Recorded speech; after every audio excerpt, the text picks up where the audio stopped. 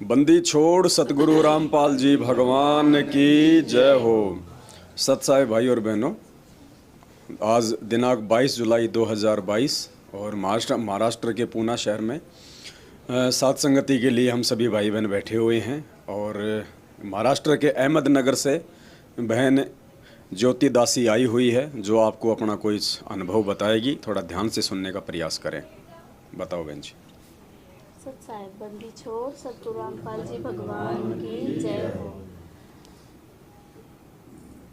शुरुआत तो कहाँ से करूँ मैं। परमात्मा ने शुरू से मेरा साथ दिया है। शुरू से यानी जब से मेरे को समझ आई है तब से परमात्मा ने मेरा साथ दिया है। ये भी नहीं जानती थी भगवान कौन है, कैसे है, कहाँ है, ये भी नहीं जानती थी मैं। पर एक था कि सभी बोलते थे कि हाँ भगवान है, ये पूज लो वो पूज लो, पर पूजा किसकी करो ये भी नहीं समझ में आता था। तो जो जैसी करता था पूजा वैसी मैं भी करती थी, पर उसमें खुश रहती थी कि भगवान मिल गया मुझे, ऐसा सोच के। जो जैसा त्यौहार मनाते थे वो त्यौहार करते थे, वो वैसे ही मैं भी करती थी। पर ये नहीं मालूम था कि भगवान है कैसा, कौन है। प्रश्न हमेशा दिमाग में आता था कि इतने सारे भगवान है, इसमें से एक हो है कौन, और किस भगवान की पूजा करें हम। और मन को शांति नहीं थी ऐसी। फिर जैसे जैसे बड़ी हुई, बड़ी होने के बाद फिर जो सांसारिक रहता है काम अपन वो उसमें करने लग जाते, मैं भी वही कर रही थी। फिर अंदर से ही हुआ कि अपन मनुष्य जन्म क्यों हुआ और क्या करने के लिए हुआ, हम क्यों आए यहाँ पर, क्यों पढ़े, ऐसा मन में मेरा सवाल हमेशा चलता रहता था। थोड़ी समझ आई उसके बाद फिर फिर कुछ 18 साल के बाद शादी हो गई। बहुत जल्दी शादी हो गई मेरी। 9th क्लास मैंने किया, उसके बाद ही शादी हो गई मेरी। शादी भी ऐसी हुई, सब लोगों ने बोला कि कुछ ब्याज का धंधा बोलते हैं, क्या करते हैं वो लड़का है, बोले अच्छी खुश रहेगी तुम्हारी लड़की। कर दिया माँ बाप ने भी। उनको क्या मालूम था कि आगे क्या होगा, पर उन्होंने भी ससुराल वालों ने भी बोला कि हमारा सब कुछ अच्छा है, प्लाट है, ऐसा है वैसा है, सब है, पैसा पानी सब कुछ है, आपकी लड़की हमारे को दे दो।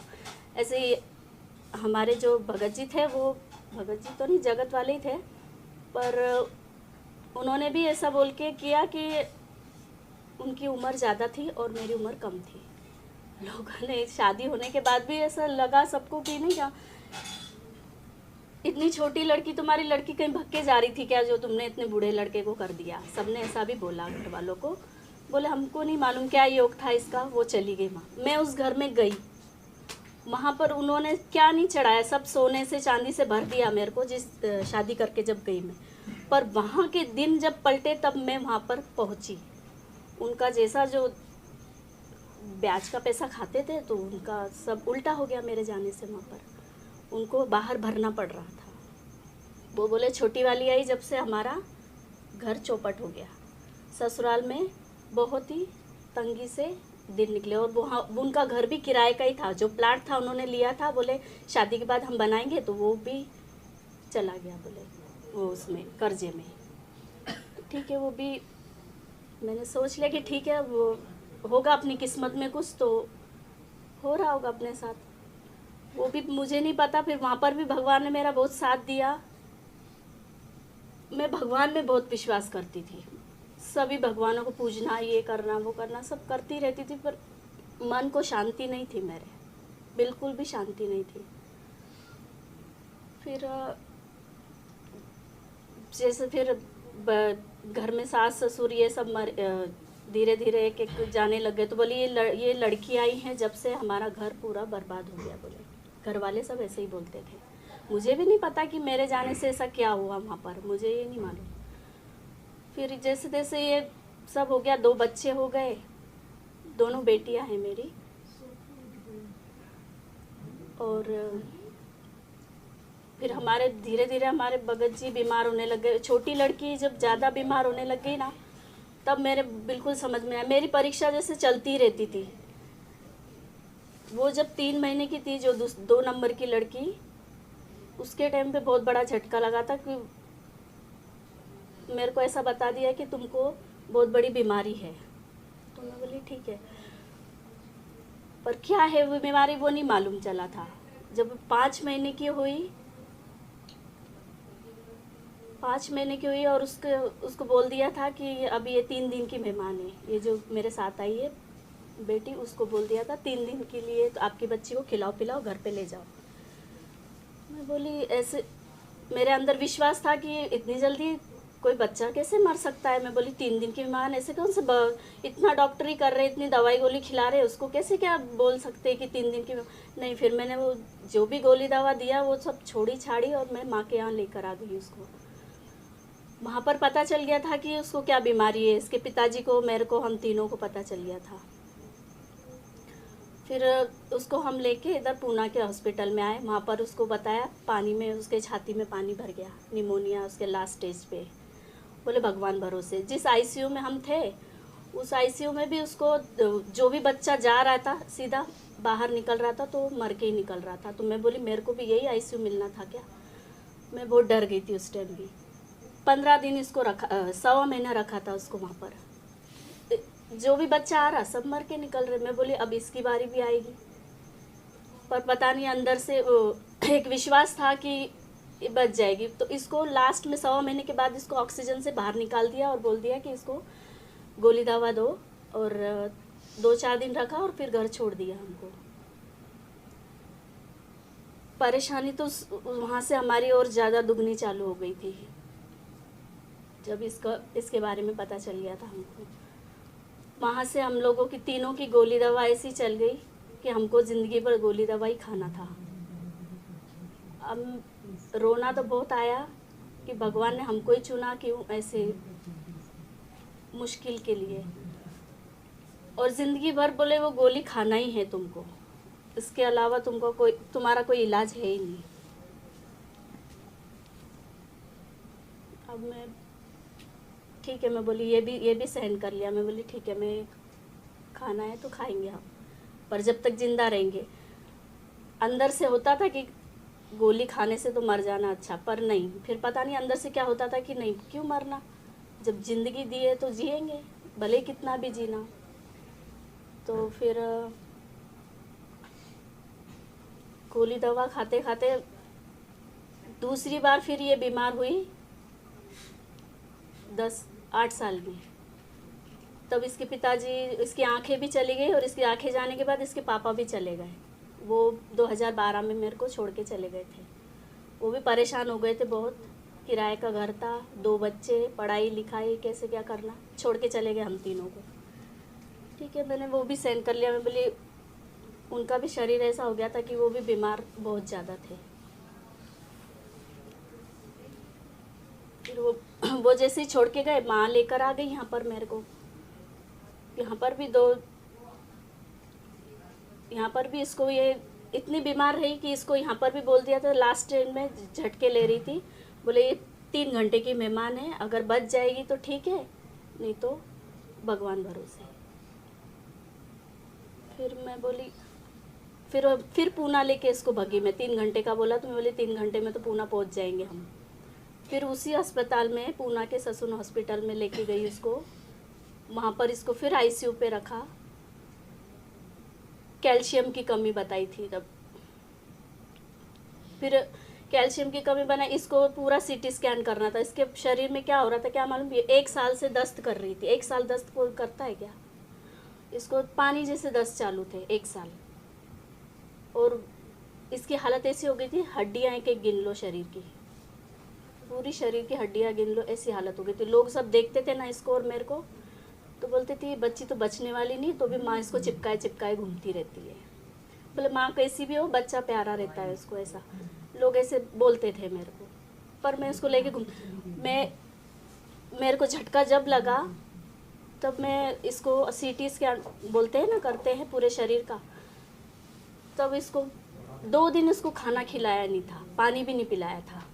बोले सीटी स्कैन में पूरा खाली। जब मैं इसको सीटी स्कैन के लिए नीचे ले जाती थी, नंबर बहुत रहते थे और अकेली मैं अस्पताल में परेशान भी हो जाती थी। फिर इस भूखी प्यासी ये मेरे को नोचती थी कि मम्मी मेरे को तो कुछ खिलाया नहीं पिलाया नहीं, भूखा पिसा यहाँ बटा। तब मैं राम नाम लेती थी और ये चुप बैठ जाती थी, मैं मन में लेती थी वो चुप बैठ जाती थी।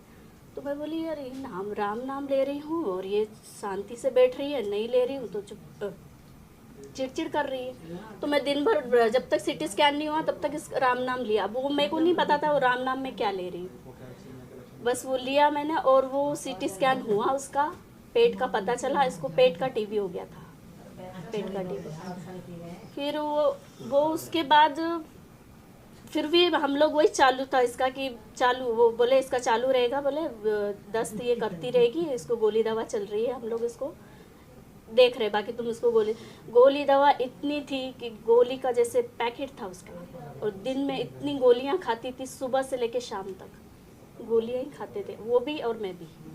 और हम 2 दिन घर पे और 15 दिन हॉस्पिटल में रहते थे, इतना हम लोग परेशान थे हॉस्पिटल से।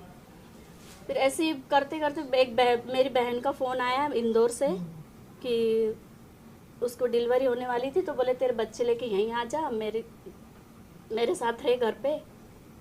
1.25 महीने उसके पास रही और फिर उनके मियाँ बीवी के झगड़े हुए तो फिर मैं वहाँ से निकल गई। खंडवा में एक बहन है, उसकी वो ससुर शांत हो गए थे तो मैं वहाँ चली गई थी। वहाँ पर एक भगत जी मिले, संतोष भगत करके है।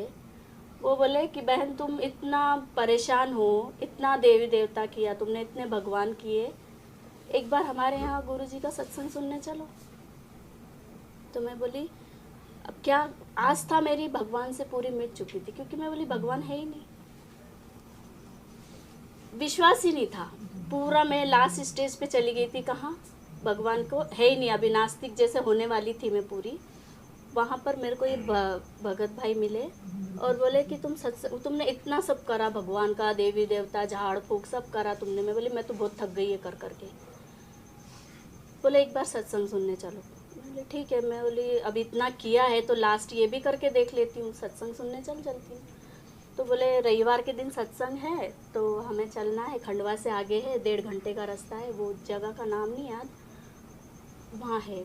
फिर वो भगत बोले मैं खुद ही लेके चलूँगा आपको, आप चलना, कुछ 2-3 घंटे का सत्संग है, वहाँ चलेंगे। मैं बोली ठीक है मैं चलूँगी। वहाँ सत्संग सुनने गई, 3 घंटे सत्संग सुना, पर वो भाई ने इतनी बातें एक दिन पहले बताई कि मेरे को ही नहीं पता चला कि मैं कब उनको हाँ बोल दिया मैंने।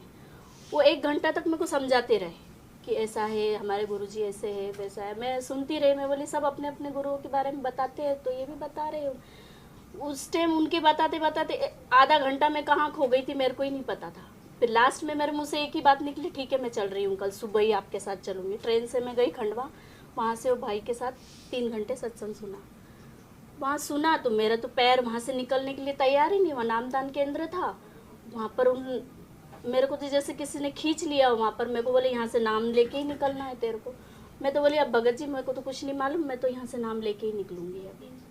हम दोनों ही थे साथ में। तो मैं बोली मेरी गारंटी लेती हूँ, क्योंकि मैं अपन तो सब खाने पीने छोड़ सकते हैं ना। बोले यहाँ के नियम है कुछ ऐसे ऐसे, उन्होंने समझा दिए थे मेरे को, नियम है ऐसे ऐसे। बोले अगर नाम दीक्षा लो तो ये सब करना पड़ता है। मैं बोली ठीक है ये भी करेंगे, मैं मेरी जिम्मेदारी लेती हूँ। और उस टाइम मैंने नाम ले लिया वहाँ बैठ के। तो ये बेटी थी मेरी, वो बोली मम्मी मैं भी ले लूँगी तुम्हारे साथ। मैं बोली देख इसमें ऐसे ऐसे नियम है। बोले हाँ मैं भी करूँगी। तो हम दोनों ने नाम ले लिया और नाम लेके निकले वहाँ से। वो बोले कि आपको 3 टाइम आरती करनी रहेगी, बस इतना ही समझाया था हमको, सत्संग सुनना है। मेमोरी में सत्संग भर के दिया। मैं बोली ठीक है। हमने 2 भगत के फ़ोन आते थे 8 दिन में कि आप करते हो क्या भक्ति में। बोले हाँ मैं करती हूँ भक्ति, मैं सही साथ लगी हूँ। बस इतना है कि मेरे को यहाँ का कुछ मालूम नहीं है, ये भक्ति कैसी है क्या है, इसके आगे की जानकारी में मुझे कुछ भी नहीं, मैं क्या करूँ। तो बोले मैं एक सेंटर का नंबर दे दूँगा आपको, आप वहाँ उनसे संपर्क कर लेना। तो मेरे को यहाँ के महाराष्ट्र अहमदनगर के कोऑर्डिनेटर का नंबर दिया था। फिर वहाँ पर भी सत्संग सुनने ही जाती थी मैं, और कुछ नहीं, मेरा ऐसा कुछ काम नहीं था। बाकी किताब वगैरह देते थे, पर किताब पता नहीं अंदर से होता था कि किताब में किसी को बांटूँ या नहीं बांटूँ, बांटने की इच्छा ही नहीं होती थी। फिर भी 1-2 बांट दिया मैंने, ऐसे घर वालों को ज्ञान समझाने के लिए कि ये पढ़ो और ये समझो ज्ञान। मुझे तब भी ज्ञान इतना समझा नहीं, पर अंदर से मेरी आत्मा जैसे किसी ने पकड़ रखी हो, मेरे को ना इधर जाने दिया ना उधर जाने दिया। मैं सीधा बस यही करती थी, तीनों टाइम की आरती।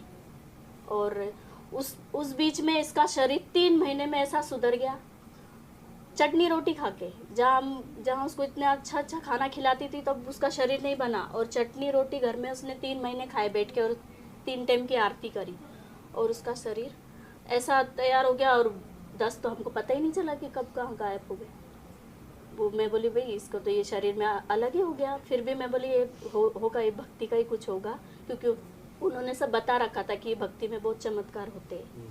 तो मैं बोली परमात्मा की होगा कोई चमत्कार। मैं बोली हो गई होगी अच्छी। फिर भी हमारी भक्ति कैसी थी, सिर्फ 3 टाइम आरती करने का और सत्संग सुनना, इतना ही चल रहा था, कुछ भी नहीं मालूम था भक्ति का। सेंटर पे जाती थी कुछ दिया तो नहीं, वहाँ पर 1-2 बार मैंने वो ज्योति बोलते हैं ना करने का, वो किया। और एक बार बोले कि मेरा, हाँ उस टाइम बीच में ही मेरा पैर टूट गया। तो बोले, मैं बोली मेरा ऐसा एक्सीडेंट हो गया, मेरे ऑपरेशन का बहुत परेशानी हो रही, तो मैं क्या करूँ। तो बोले तुम वो करवा लो, पाठ का संकल्प ले लो गुरुजी से। मैंने बोले आज लगा, हाँ पाठ प्रकाश करवा लो। तो फिर मैं बोली ठीक है मैं पाठ प्रकाश करवा लूँगी। फिर मैंने बोला ठीक है, ऐसा बोल दिया। फिर मेरा 8 दिन में, दिवाली के टाइम एक्सीडेंट हुआ 8 दिन पहले, और दिवाली के दिन ऑपरेशन करके परमात्मा ने घर पे भी ला दिया मेरे को।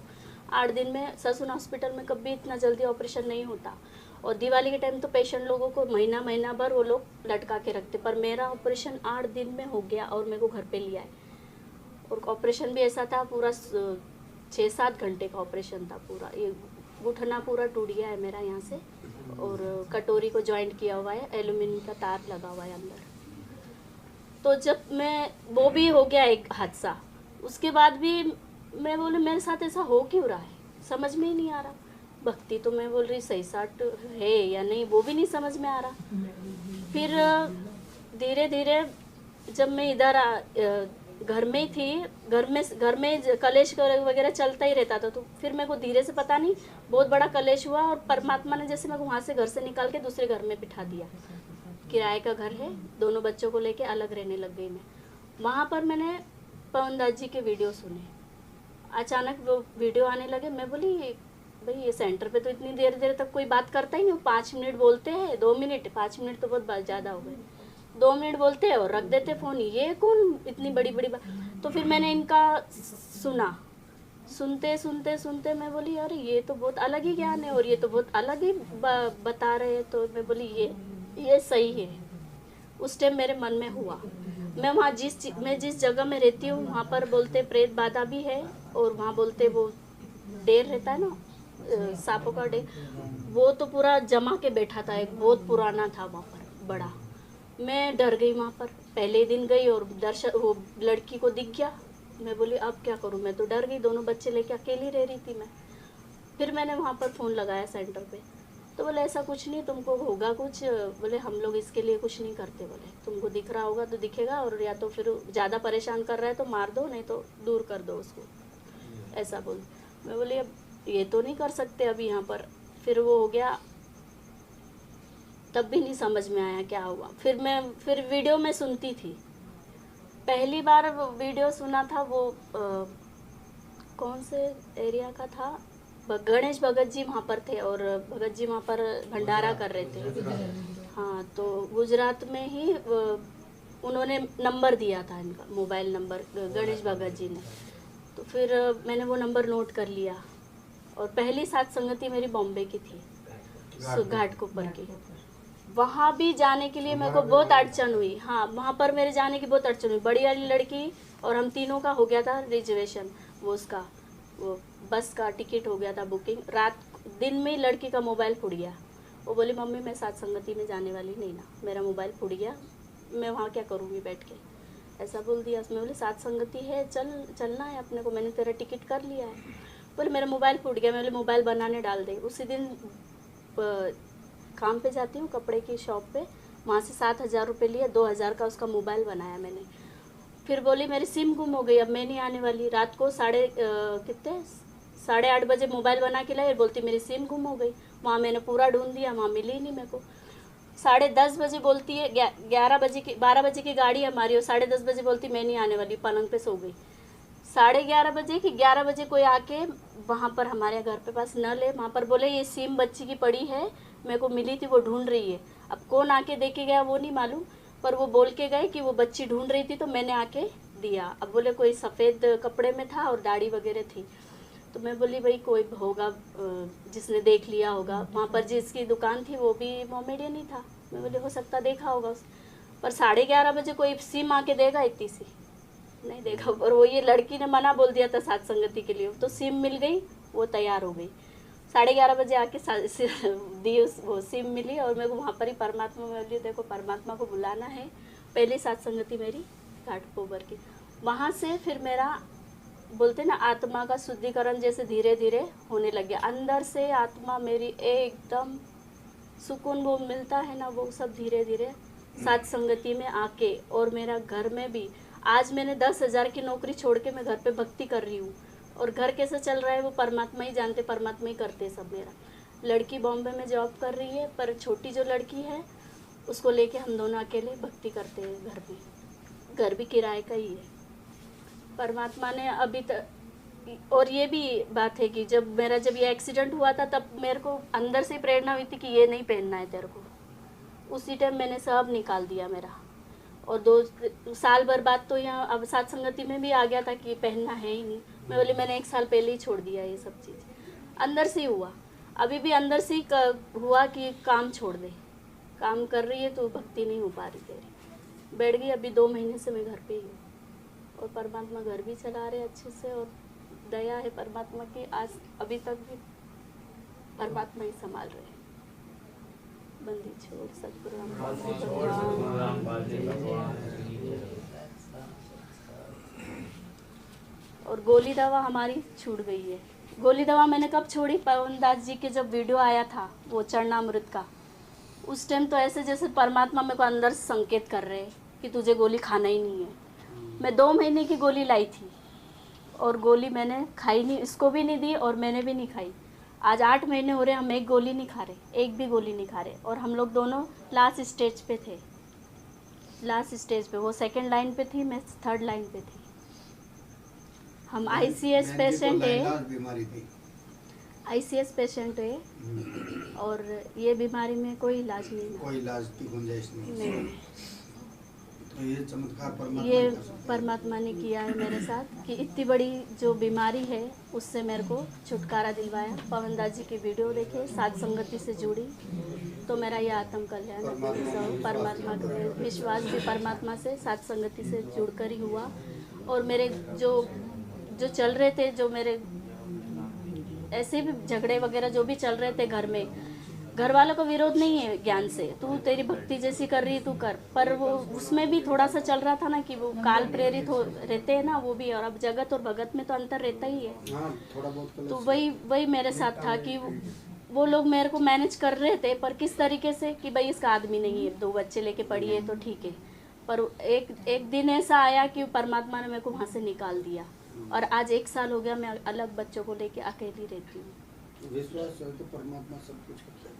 परमात्मा ने मेरा बहुत बड़ी बीमारी से मेरे को बचाया, और वो गोली दवा मेरी बंद करवा दी। गोली दवा का भी बहुत बड़ा है, पर अब वो क्या बताऊँ, ठीक है जो भी सही है, ज़्यादा समय नहीं लूँगी आपका। दया है परमात्मा की। परमात्मा तो उसी को कहते हैं जो अनहोनी करे। अनहोनी मेरे साथ। और गोली दवाई के विषय में भी परमात्मा ने अपने सत्संगों में कह रखा है परमात्मा ने कि जिस दिन आपको भगवान पे पूर्णतः विश्वास हो जाएगा कि भगवान क्या नहीं कर सकता, जब भगवान मुर्दे को जिंदा कर सकता है, अंग भंग को परमात्मा ठीक कर सकता है, तो परमात्मा क्या अपने बच्चों को किसी रोग से बाहर नहीं निकालेगा। और ऐसे बहुत सारे उदाहरण दिए हैं परमात्मा ने सत्संगों में, बहुत सारे इंटरव्यू आपने सुने हैं। जो लोग इतनी ज़्यादा गोली दवाई खाया करते थे और परमात्मा से नाम उपदेश के बाद में वो एक गोली दवाई भी नहीं खाई उन्होंने। और जो डॉक्टर ये कहा करते थे कि भाई गोली दवाई बगैर तुम जी नहीं पाओगे, जिस दिन तुम गोली दवाई छोड़ दोगे तुम्हारी मौत हो जाएगी, वही डॉक्टर बोलते हैं गुरुजी का आशीर्वाद प्राप्त होने के बाद में कि आज के बाद यदि तुमने गोली दवाई खाई तो मर जाओगी। ऐसे ऐसे परमात्मा ने चमत्कार अपने भक्तों के दिखाए हैं, फिर भी हम लोग ढीठ हैं, हमें विश्वास नहीं हो पाता है कि ये भगवान है, ये परमात्मा है।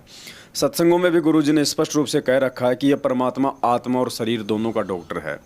आत्मा का रोग परमात्मा ने बताया जन्म और मरण का, और शरीर के लिए परमात्मा ने कहा कि कोई भी रोग, कैंसर हो, एड्स हो, खांसी हो, सर्दी हो, जुकाम हो, उसका डॉक्टर भी परमात्मा ही है।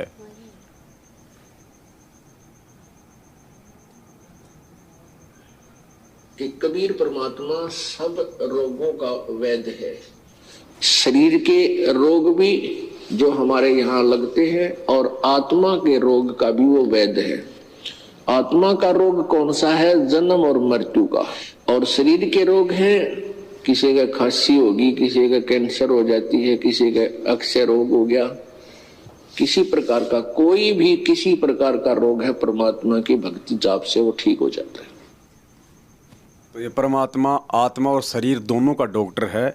बस ये डिपेंड करता है कि हम उस परमेश्वर पे किस दिन हम विश्वास करें, क्योंकि परमात्मा विश्वास में है। क्योंकि ये जो भक्ति जाप परमात्मा ने दे रखे हैं, जो मंत्र, ये वास्तव में हमारे उसी समय काम करना शुरू करते हैं जब हमें भगवान पे विश्वास हो जाता है कि ये परमात्मा है, ये जो चाहे सो कर दे। तब परमात्मा के मंत्र हमारे ऊपर जो हम जाप करते हैं, ये अपना पूर्णतया काम करना शुरू करते हैं। तो अब हमारी करुणा दासी बहन है, हमारी करुणा दासी बहन है, साथ में मेघना दासी भी बैठी हुई है। तो माइक तो एक या दोनों कैसे बोलोगी? अच्छा, तो ये माइक पकड़ो, लो ये दोनों पकड़ लो फिर आप। तो करुणा बहन जी महाराष्ट्र के बम्बई शहर से हैं और आप लोगों को कुछ बातें ये बताएंगी, और बम्बई के आसपास के जो भाई बहन हैं वो इनसे संपर्क भी कर सकते हैं साथ संगति के लिए। ये आपको अपना नंबर भी देंगी और कुछ बातें हैं बहन आपको बताएंगी। बंदी छोड़ सदगुरु रामपाल जी भगवान जी की जय हो।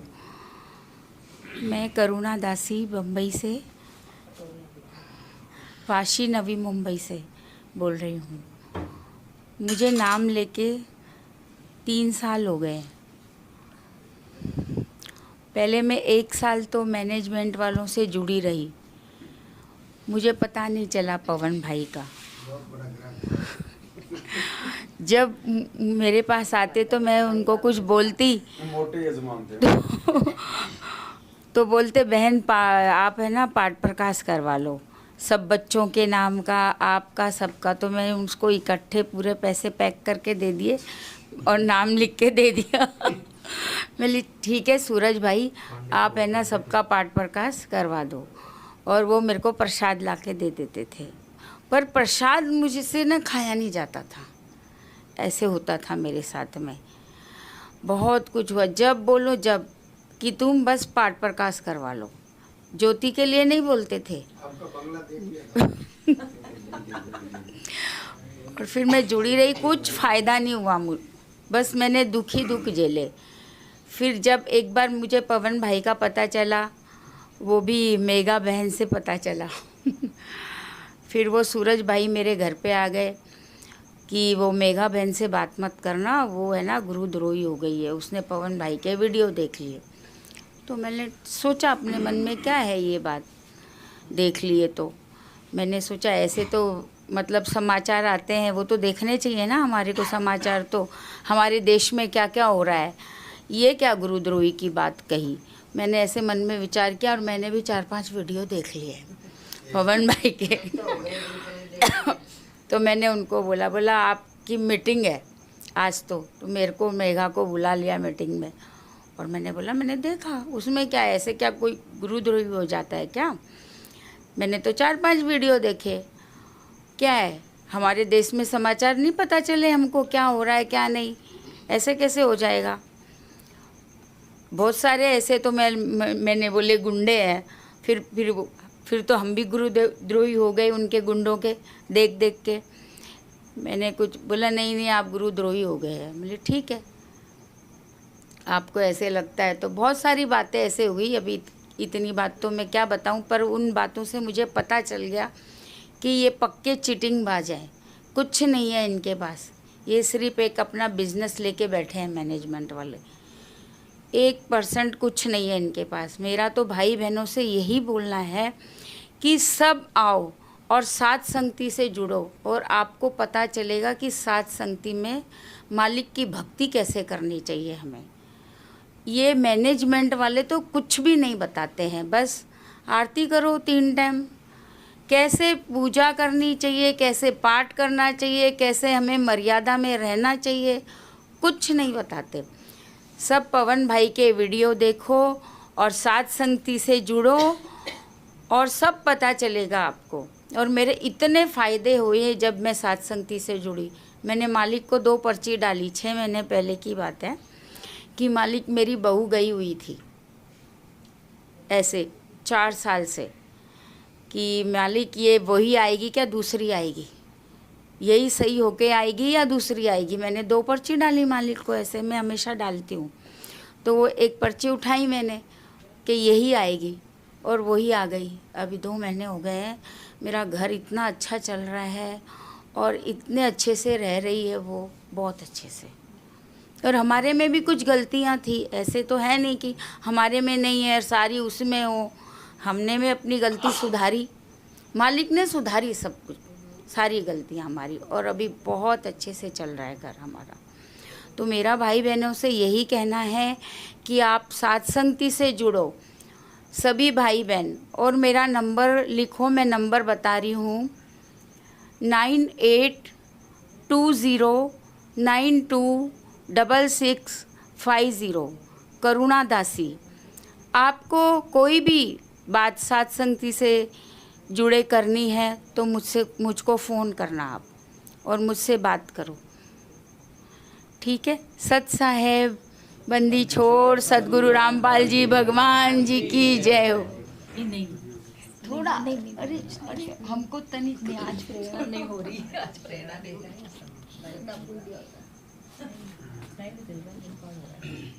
और कोई भाई बहन कुछ बताना चाहेगा? आप कुछ बताएंगे? शॉर्टकट बोल देना, शॉर्टकट नंबर बोल देना, वो तो सारी अपने अंदर ही नंबर बोलना, नंबर तो बता दो भाई जी, आप भी कुछ। चलो कोई बात नहीं, बहन का तो इंटरव्यू है पहले का, कोई दिक्कत नहीं है। और ये नंबर नहीं बोला है इसने, कौन सा नंबर बोलेगी ना, खाली नंबर नहीं आप नंबर डाल आप दे देना फिर आप वीडियो में डाल नंबर, आप वीडियो में डाल देंगे साथ में, कोई वीडियो में दिक्कत साथ नहीं। में लिख दो। ये हमारे सुनील भगत जी हैं, बम्बई के कल्याण से आए हैं। आज यहाँ पूना में 22 जुलाई 2022 को साथ संगति है।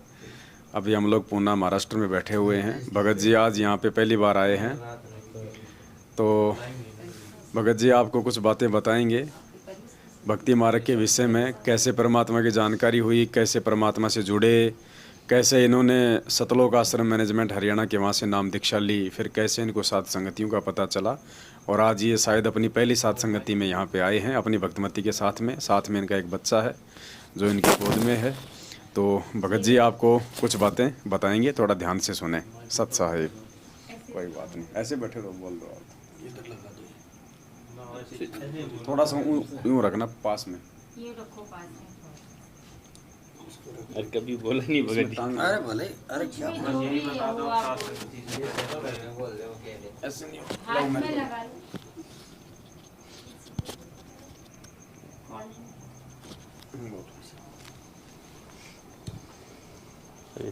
सत साई भगत जी, बंदी छोड़ सतगुरु रामपाल जी भगवान की जय हो। मैं भगत जी हमारे गांव में, मतलब रतलाम जिले में रहता हूँ मैं। मतलब गांव में गया था, अपना दीपावली का त्यौहार था, तो एक भगत, एक कानादास भगत जी थे, उन्होंने मेरे को बताया था मोबाइल में, बरवाला आश्रम के नाम से वीडियो निकल के आते थे। उन्होंने बताया था कि तुम ये सुनो, ये भगवान आए हुए धरती पे, तो उन्होंने सब बताया मेरे को। तो मैंने वो देखना चालू किया। भगत जी मैं पहले ड्रिंक करता था डेली का, टन चिकन जो भी है पूरा मैं खाता पीता था, मतलब इस भी अगर रहता ही नहीं था, ऐसा था मेरा। पैसा था से इधर मैं काम करता हूँ, तो रोज़ का पैसा भी बहुत कमाता था, मतलब बहुत पैसा कमाता था। तो डेली ड्रिंक करना, अयासी करना, मतलब फालतू के काम बहुत करता था मैं। किसी की बात नहीं मानता था घर में, किसी को नहीं। घर वालों को मेरे पिताजी मतलब महाराष्ट्र से गुम हो गए, आज से 7 साल हो गए उनको। तो पिताजी भी ऐसे थे, मैं बोल देता ऐसा वो कर देते। मैंने कहा ये जगह बेचने का है तो ठीक है बेटा, जो तू कर वो हो जाएगा। ऐसा कर करके जी मैंने करीब 20 बीघा ज़मीन बेच दी मैंने अकेले, और उस पैसे को अयासी किया, मतलब उड़ाया। मतलब मेरे को अच्छा मानते थे, मतलब ये मेरा लड़का अच्छा है। तब गलत काम बहुत किया मैंने। उसके बाद में मैं महाराष्ट्र में आया, फिर नौकरी अच्छा मिल गया, फार्म हाउस पे रहता हूँ, बारूद का कंपनी है सेट का, उधर करता हूँ। तो पैसा मिला, उनको ही लेके आया। तो मैं गांव की जगह बेच के आया था इधर। तो मैंने कहा कि माँ के लिए रकम, वो सोना रहते हैं वो ख़रीद के लेके आ जाऊँ। तो मैं उधर मुंबई से गया, बड़ौदा तक गया, और फ़ोन आया कि पिताजी मिल नहीं रहे, गुम हो गए। तो फिर मैं वापस रात में 2 बजे उतरा और वापस आया, कंप्लेन वगैरह किया, तो नहीं मिले पिताजी वगैरह भी नहीं मिले। मतलब बहुत आने के बाद में ढूंढा उनको, पर नहीं मिले। फिर मेरा ये आदत है, गलत संगति में था तो करता था, मतलब बहुत नालायक आदमी था मैं बहुत। फिर ये ज्ञान में ड्रिंक करते हुए ज्ञान सुनता था मैं, डेली ड्रिंक करता था और मोबाइल चालू कर देता। ऐसा आस्था बढ़ता रहा, उनका मालिक का ऐसा ज्ञान एकदम समझ में आया, और मैंने सोचा कि नहीं यार मैं ये काम नहीं करूँगा, छोड़ूंगा डायरेक्ट। घर पे गया और मेरा जो इसने बोला था मेरे को कि यार वहाँ पे अपना राजगढ़ में वो सेंटर खुला हुआ है, उनके साथ में गया मैं और मैंने नाम दीक्षा लिया। वहाँ से मैं अभी नाम तो ले लिया, पर जो विधि रहती, जो अपना नाम जाप जो भी करते हैं, उसका कोई आता पता नहीं था। खाली टाइम पास से जो है वो करते आ रहे थे, कभी किया कभी नहीं किया, खाली अपना एक रूलिंग चल रहा था, कोई उसका फ़ायदा नहीं किया। मेरे को 15-20 दिन महीना लाभ भी मिला, बहुत अच्छा। मेरा झगड़ा हुआ अपना बाजू वाले फार्म से, और अपना इनकम टैक्स वाला कमिश्नर का भाई था, उसके साथ में झगड़ा हुआ। तो पहले मैं उसको मैंने मारा था, जो नाम नहीं लिया उसके पहले मारा था मैंने उसको। उसके जैसे मैं नाम लेके घर पे आ गया, तो मालिक का ज्ञान सुना हुआ था मैंने कि अपन को कुछ नहीं करने का है, सामने वाला जब कुछ भी करे अपने साथ, अपन को उसके सामने नहीं बोलने का है। वो अपना हथियार तलवार वगैरह जो भी आदमी बदमाश लेके आया, गेट पे आया, बहुत गाली दिया, बाहर निकल, औरत के हाँ छुप गया है, तू बाहर निकल, अभी तेरे को ऐसा कर देगा, काट डालेगा ऐसा। मैंने क्या, तू जो भी करने का कर, तू मेरे में सेठ ने बोल रखा है कि अपने जगह से तू किधर जाने का नहीं, जो भी आएगा तो उसका करके चला जाएगा, तो टेंशन मत ले। तो फिर मैंने भरोसा भी था मालिक का कि अपन को गलत करने का नहीं, जो भी हो दिखे जाएगा। तो मैं उसने बहुत झगड़ा किया घर, मतलब 12-1 बजे रात को उसने चिल्ला चोट किया। मैंने गया, कुछ बोला ही भी नहीं, उसको उल्टा जवाब दिया ही नहीं मैंने। तो मेरा 1 महीना तक मेरा इतना अच्छा लाभ मिला कि पूछो मत, मतलब ये अच्छा काम अपना बहुत अच्छा होता रहा। बाद में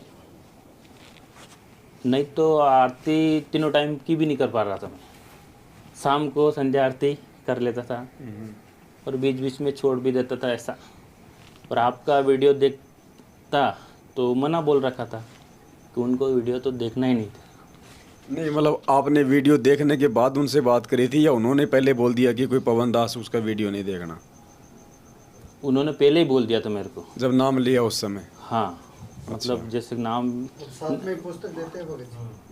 हाँ, पहले ही उन्होंने बोल दिया था उनका वीडियो तुमको देखने। जो फिर हम भगत जो रहते हैं, वो भगत लोग रहते हैं, वो जुड़ते रहते हैं, अपन से जुड़ते रहते हैं, तो वो बोलते रहते हैं कि उनका वीडियो और आपका वीडियो देखते हैं तो उनमें अलग ही एक रस से छुपा हुआ बात निकलता है। तो उसमें हमारा दिमाग ज़्यादा जाना लग गया। वो लोग सब मना बोलने लगे कि नहीं, अगर तुमने उनका वीडियो देखा है तो नाम शुद्ध करवाना पड़ेगा, ऐसा करने लगे। फिर अभी बहुत दिन से आपका वीडियो देख रहा हूँ मैं, बहुत बार आपको कॉल भी कर चुका हूँ, मतलब आपसे जुड़ने के लिए इतना तड़प था मेरे को कि पूछो मत, कि नहीं ज्ञान उनके आधार से अगर जुड़ेंगे तो ये अपन कुछ चीज़ को पा सकते, नहीं तो नहीं पा सकते। ऐसा आत्मा मतलब ऐसा गदगद हो। हाँ, आपकी बातें सुन के भी बहुत कुछ अच्छा लगने लगा। सत्संग समझ में जैसे आपका ये जैसे आप वीडियो देखते रहते थे उसके बाद में हम लोग वो तीनों टाइम की आरती करने लगे। मतलब वो जो विधि का पता चला। हाँ, वो भी अपन को पता चला। उसके बाद में संध्या आरती में हम लोग रुचि भी बनी परमात्मा की रुचि भी दया से। बनी, और संध्या आरती में हम बैठ के करते थे और आज खड़ा होके करने लग गए। उधर तो कोई ज्ञान नहीं था, बस अपना जो भी है करके भेज दिया, तुम कुछ भी करो उधर घर पे जाके। बस अभी अपना वो जो भी है उन आश्रम पे जाओ, प्रकाश पाठ बोलते हैं वो जो करके आ जाओ, पाठ प्रकाश बोलते हैं, उधर पैसा दे के आ जाओ, या अपना जो भी है। हाँ, बस हम जाते थे और बच्चों के नाम से हमारा जो भी रहता है वो हम लोग करते रहते थे। जहाँ भी अभी बरवाला अपना इंदौर आश्रम खुला प्रकट दिवस, उधर भी गए थे, आपका वीडियो भी देख ले। फिर भी मतलब डगमग। हाँ, डगमग थे। फिर अभी ज़्यादा करके आपका वीडियो ज़्यादा देखने लग गए। नहीं, फिर तो अभी हमसे रहा नहीं जा रहा था कि नहीं अभी तो उनके पास जाएंगे तो अपना कुछ अच्छा हो जाएगा। अभी सात संगति पहले ही आपका। ये पहला ही सर अभी इन्होंने 4-5 दिन पहले फ़ोन किया मुझे, पहली बार शायद मनी भगत जी पहले ने किया होगा, लेकिन हाँ, मुझे ध्यान नहीं होगा। भगत जी तो इन्होंने कहा कि कोई सात संगति हो तो हमें बताओ महाराष्ट्र के आसपास। तो मैंने कहा सात संगति तो है। तो बोला नंबर दो, मैंने कहा दूंगा। अब 1-2 दिन तो मेरे दिमाग से निकल गई। फिर इनका फ़ोन आया कल, तो फिर मैंने प्रदीप भगत जी हैं बल्लभगढ़ वाले, इनके नंबर भगत जी को दिए और उनके हितेश भगत जी के भी दिए थे। हितेश भगत जी तो उठा नहीं पाए शायद। भगत जी से इनका आज बात हुआ तो भगत जी ने इनको यहाँ की सात संगति के लिए बताया, यहाँ पूना के लिए। तो अब पहले मुझे भी थोड़ा डर था कि यार नया आदमी है, पता नहीं कोई मैनेजमेंट का भाई कोई जासूस हो और वहाँ जाके बता दे कि आ जाओ भाई यहाँ है सात संगति। तो मैं भी थोड़ा भयभीत था, हो गया यार क्या करें, नया आदमी है, बातों से तो ठीक लग रहा है। फिर हिम्मत करके दास ने इनका नंबर दे दिया। फिर इन्होंने आज बात करके और आज ये सह परिवार यहाँ पे आए हैं। दया मालिक। हम भगत जी पहले ही अपना राजस्थान में था ना, कैंसिल हो गया था सत्संग, किशनगढ़ में वहाँ था। पे आने वाले थे हम लोग। अच्छा अच्छा। पर वहाँ पे कैंसिल हो गया नहीं, और आपने मना ही बोल दिया था पहले तो कि आप उधर मत आओ, हमारा उधर ही महाराष्ट्र में रहेगा। तो किशनगढ़ वाला। भगत जी आप मतलब हम लोग आपसे जुड़ गए तो हमारा अब तो भी दास ने भी छोड़ दिया है किशनगढ़, अब वहाँ से मकान खाली कर दिया है, जयपुर ही आ गए अब तो सौभाग्य मानते हमारे अपने आप को आपसे जुड़े हम लोग। सौभाग्य भगत जी हम सबका है, जो परमात्मा ने सबको साथ संगति से जोड़ के रखा हुआ है। इसे परमात्मा निमित्त बनाते हैं। मैं हमारा अपना मुरबाड़ में ये हमको फिर इधर पुस्तक सेवा मिली, हर दिन काम नहीं करने का और उनके पीछे दौड़ने का। हम वहाँ पे जाओ, पुस्तक सेवा करो, वो करो, हर दिन वो जो ऑनलाइन पे नाम आता है ना उनको पुस्तक भेजने का, देने का, ये करना चालू हो गया। बहुत से लोग कर रहे हैं। हाँ, अभी ज्ञान नहीं तो अभी क्या करेगा, हम लोग तो वही करेंगे ना। उनको ज्ञान नहीं होगा। हम अपना फायदा हो रहा है, बहुत फायदा हो रहा है अपना। तो भगत जी आपसे जुड़े तो बहुत अच्छा तो लगा। आज कैसा लगा आपको? सात बहुत संगति में अच्छा आए हो लगा। आप, परमात्मा जी को भोग लगाया और अब 2-3 घंटे से सात संगति चल रही है। भगत जी ऐसा लग रहा है कि हमेशा यहाँ से जाऊँ नहीं, ऐसा लग रहा है सही कि जो माहौल मिला ऐसा तो शायद ही कभी मिला होगा हमको। पैसा तो दुनिया में बहुत कमाएंगे, पर जो यहाँ का जो माहौल है वो ही एक मायने रखता है। जो प्यार प्रेम भाईचारा परमात्मा लाना चाहते हैं, जिसके बलबूते पे परमात्मा इस कलयुग में सतयुग लाना चाहते हैं, ये है। वो मार्ग परमात्मा यहाँ से स्टार्ट करवा रहे हैं भगत जी। और जो सच का मार्ग होता है शुरुआत में वो धीरे चलता है, रफ्तार कम होती है, लोग भी कम होते हैं, लेकिन एक दिन आएगा परमात्मा की दया से।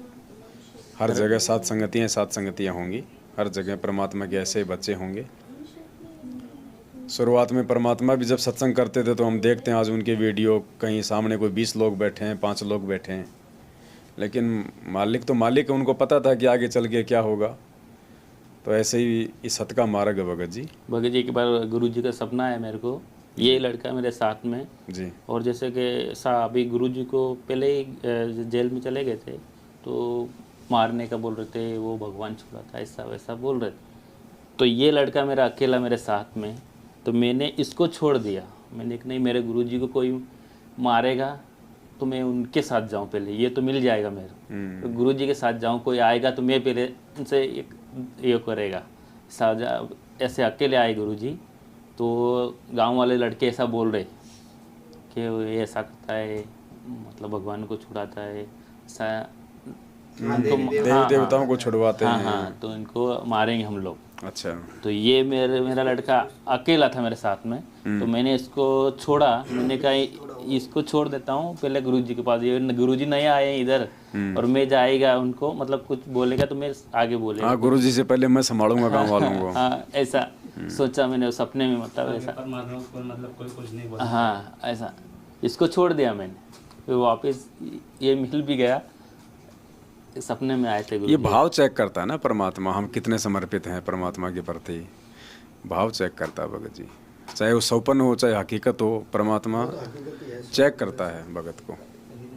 कई बार क्या होता है, हमें सपने आते हैं, सपने में मान लो हमने सिगरेट पी रहे हैं, हम लोग जर्दा खा रहे हैं, और सुबह उठे एकदम से तो एकदम से टेंशन बन जाती है, और यार नाम खंड हो गया।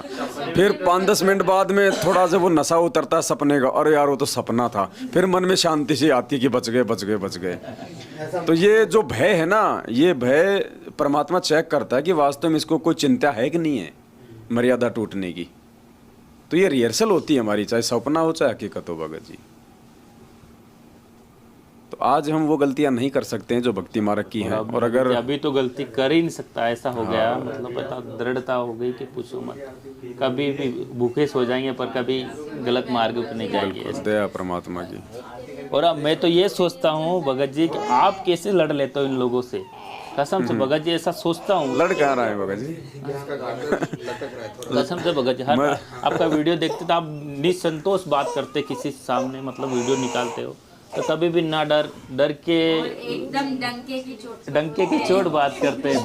डर लगता है भगत जी कि इनको कुछ नहीं हो जाए, ऐसा आत्मा, मतलब इनके साथ कोई रहना चाहिए, ऐसा मतलब बहुत कुछ ऐसे आत्मा होती है कि नहीं ये कैसे बोलते हैं। फिर तो हम लोग वही सोचते हैं ना, आमने सामने की लड़ाई में डर लगता है, बाकी कोई डर नहीं है भगत जी। आमने सामने ना तो लड़ना, ना हमारी लड़ने की हिम्मत है, ना हमने लड़ने की सोचनी है, ना मालिक ने बोला है। बाकी जो सच है वो तो डंके की चोट पे हमारा बाप बोल रहा है, हम भी बोलेंगे भाई। और मालिक ने कहा बच्चा अपने सावधानी रखो, बस आप दूर रहो। बोलते हो, ऐसा बोलते हो तो ऐसा लगता है कि नहीं किस आधार पे बोल रहे हैं, बस भगवान के आधार पे, वो कोई नहीं है उनके साथ में, मालिक के आधार। कुछ भी बोलते, किसी को कुछ भी बोलते, तो मैनेजमेंट अभी कितना, वो करोड़ों की संख्या में लोग हैं और उनके सामने अकेले खड़े हैं। कौन है उनके साथ में? फिलहाल में तो अभी अकेले ही है ना, अपने साथ परमात्मा भगवान है साथ, मालिक साथ में है। जब महाभारत का युद्ध हो रहा था तो कौरवों के साथ में पूरी दुनिया थी, कौरवों की सेना में पूरी दुनिया थी, एक से एक योद्धा थे। पांडवों के साथ केवल श्री कृष्ण भगवान थे। तो हमारे साथ भगवान है, परमात्मा है, गुरुदेव है, क्या चिंता हमें उनकी। ये कौरव कहाँ तक टिक पाएंगे भगत जी? हमारा ये कृष्ण है। क्या हुआ, 30 दिन थे ना वहाँ पर, कुछ हुआ था बात? मीटिंग में बुलाया कि आज मीटिंग है, तो मैं मेघा के मिस्टर सब गए मीटिंग में। तो मुझे पहले बोला कि आप बताओ, तो मैंने बोला सबका लो लाइन से, जिसको आपने बोला मेरा ही क्या है, बोला नहीं आप और मेघा का बोला, और फ़ोन सबके बंद करवा दिए कि कोई मतलब रिकॉर्डिंग नहीं करना, सब बंद कर लो फ़ोन। बोले ठीक है, सबके बंद फ़ोन करवा दिए, अपने पास रखे, मैंने फ़ोन नहीं दिया, यहाँ रख दिए साथ में। हाँ, साइड ऐसे सामने रखे, हमको बोला कि दे दो हमारे पास, तो सामने रखे हमने फ़ोन। तो बोले कि तुमने वीडियो देखा और ये मेघा की बात सुना, तुम गुरुद्रोही हो गए, तुमको शुद्ध कराना पड़ेगा नाम। तुमने तो, तुम्हारी रिकॉर्डिंग हमने सुनी है, तुम आप क्या सबको भड़का रहे हो, कितने भक्तों को तुमने भड़काया, मैंने बोला जो सच्चाई है वो मैंने बताई है, उसमें क्या डरना है, क्या डर पड़ा है मुझे बताने में, सच से क्या डरना। तो ये भाई को उसने मेरा टेप कर लिया, एक विशाल करके भाई है, उसने टेप कर ली तो कर ली, झूठ थोड़ी ना है। मैंने बोला मैं तो पक्की हरियाणा की हूँ, उसको बोला ले, और मेरे को तो हरियाणा से आती है सब कुछ खबर, और मैं बताती हूँ ये सब बात है जो ये लोग कर रहे हैं सब गलत है। और पवन भाई का सुना मैंने तो क्या हुआ, और वो तो बहुत अच्छा बोलते हैं, पवन भाई की तो एक भी बात गलत नहीं है। आप लोग को तो कुछ भी नहीं पता कैसे पूजा करनी चाहिए, आप लोग अपनी बीवियों को तो सोने के कान के पहना के भेज रहे हो। गुरु ज्ञान आधार से भाई तुम सब हाँ, जा रहे हो। और पवन भाई ने तो बोला कि एक कांटा भी नहीं पहनना चाहिए, वो भी काल हम जब दंडवत करते हैं तो काल को चला जाता है, वो हमारी दंडवत भी नहीं स्वीकार होती है। तो मैंने तो कांटा भी निकाल दिया और तुम तो कुछ बताते ही नहीं हो। दरवाजा तोड़ देगा। यहाँ तो मैनेजमेंट वाले तो सब उनके सोने के कान के पहन रही हैं, वो लोग वहाँ सब कर रही है, और कुछ बताते भी नहीं है और कुछ आता भी नहीं है, उनको भाषा भी नहीं समझती है। मैं कभी चली जाती थी तो मेरे से पूछते थे बहन जी इसका मतलब क्या है, बहन जी इसका आजकल मतलब तो इन्होंने आश्रमों में ये कर रखा है कि भाई गुरुजी का आदेश है, आश्रम में आओगे तो कोई सोना नहीं पहन के आओगी, वापस अपने घर पे चाहे जाके 16 श्रृंगार कर लो, हाँ, आश्रम में नहीं पहनोगी। हमने तो निकाला, ऐसा निकाल दिया सोना कि हमने पहना ही नहीं। हाँ, कोई शादी में जाना हो, बच्चे बोलते मैं मुझे नहीं जाना है शादी में, और मैंने तो अभी सच्ची पूछो तो सारा सोना बेच दिया और अपने सेव कर लिए पैसे। मैंने मुझे नहीं मतलब देखो भाई जिसके घर में सास ससुर का या पति का विरोध नहीं है तो उसको तो बेच देना ही अपने चाहिए। सोने बेच दिया, और बच्चों का है तुम करो जो करना है, वो भी बेच दिया था, पता चल गया तो बच्चे ने रख लिया अपने पास सोना, बोले रख ले तू, तेरा कर्जा उतार जो भी है। परमात्मा का वचन पहले, जब मालिक ने कह दिया कि इसको तो अपने घर में भी नहीं रखना, सोना क्यों पहने, हमको तो मालिक चाहिए, हमें को तो कुछ चाहिए ही नहीं है। और कुछ कोई बोले अरे तू एक कहीं जाते तू एक चीज़ तो पहन ले, कान में तो पहन ले, मिली क्यों पहन ले, क्यों पहनूं मैं, मुझे जो मालिक चाहिए थे मालिक मिल गए, और मुझे कोई चाहिए ही नहीं है। परमात्मा ने इतनी सुंदर देह दे दी, नर नारायण इतना दे दी। सुंदर शरीर दिया है, क्या जरूरत है पहनने की, सारी बात समझ गई। और सजाना ही है तो शील संतोष फिर? विवेक क्षमा दया वो जो गहने हैं वही ना कार्टून बना रखे थे काल ने हमको पहन के, इतने 36 प्रकार के कान के पहनो, हाँ मंगलसूत्र पहनो, हार पहनो, सब छोड़ दिया हमने तो। दया मालिक। इतनी मालिक की कृपा हुई है कि जब से नाम लिया कुछ इच्छा ही नहीं होती कि तू ये पहन वो पहन, नहीं, बस एक सूट पहनने की, साड़ियाँ भी सारी उठा के रख दी, और नई नई साड़ियाँ सारी बेचने को निकाली और पुरानी है कोई ले जाए ठीक है। ऐसे सब हुआ, और मैनेजमेंट वालों को तो इतना झाड़ा है मैंने कि बहुत ज़्यादा। तो भक्तों को समझाओ थोड़ा, जो अपने घर पे गुरुजी को भोग नहीं लगाते हैं उनको बताओ भाई। मालिक को कम से कम हफ्ते में एक बार भोग लगाना चाहिए, देसी घी का भोग हलवा तो बना के। रोज ही लगाना चाहिए। ऐसे तो रोज ही लगाना चाहिए, पर हफ्ते में तो लगाओ कम से कम। हाँ, जो नहीं एक लगा बार। पाते रोज, कम से नहीं कम लगा हफ्ते में या पाते, 15 दिन में। या फिर रोज नहीं लगा पाते, रोज दूध का लगा लो, कुछ ड्राई फ्रूट का लगा लो रोज ऐसे, और एक दिन हलवा बना के लगा लो हफ्ते में एक बार। ऐसे करके भोग लगाना चाहिए मालिक को। मालिक तो अपने साथ में ही है, भोग लगाओ, मालिक को खुश करो सत्य स्वरूप ही राम है, वो तो सब। तो सब कुछ अच्छा होगा। और हमें तो मालिक चाहिए है, और सबको मालिक चाहिए है, तो हमें भोग लगाना बहुत ज़रूरी है। तो गीता जी में भी लिखा है ना, जो थोड़ा बहुत कर रहे थे अभी बहुत। ज़्यादा सीख जाएंगे।